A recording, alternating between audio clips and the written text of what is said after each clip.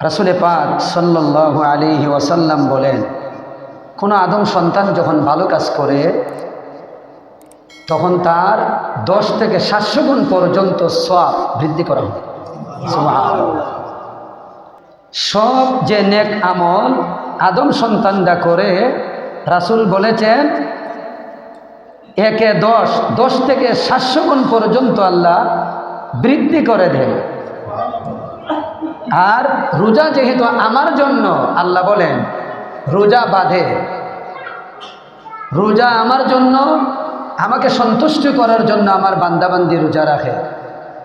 তারা ইফতারকে সামনে নিয়ে আমাকে সন্তুষ্ট করার জন্য তারা আমার আদেশ অমান্য করে নাই, তারা আমার আদেশ অমান্য করে নাই। ইচ্ছা করলে ইফতার তারা আগে করতে পারে, কিন্তু ইফতার করে নাই, ঠিক কি না?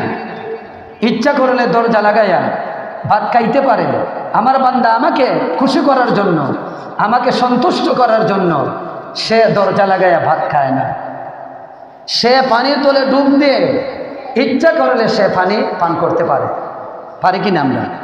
কিন্তু আমরা আল্লাহকে সন্তুষ্ট করার জন্য আমরা পানির তলে ডুব দিয়েও আমরা পানি পান করি না।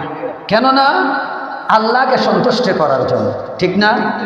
আল্লাহকে খুশি করার জন্য, রাজি করার জন্য আমরা ইফতারকে সামনে নিয়ে আমরা অপেক্ষা করি।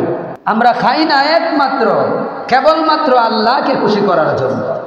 তখন আল্লাহ বলে, যেহেতু আমার বান্দা বান্দি আমাকে রাজি খুশি করার জন্য রোজা রাখছে, এই পুরস্কারটা আমি নিজ হাতে দান। সুবহানাল্লাহ।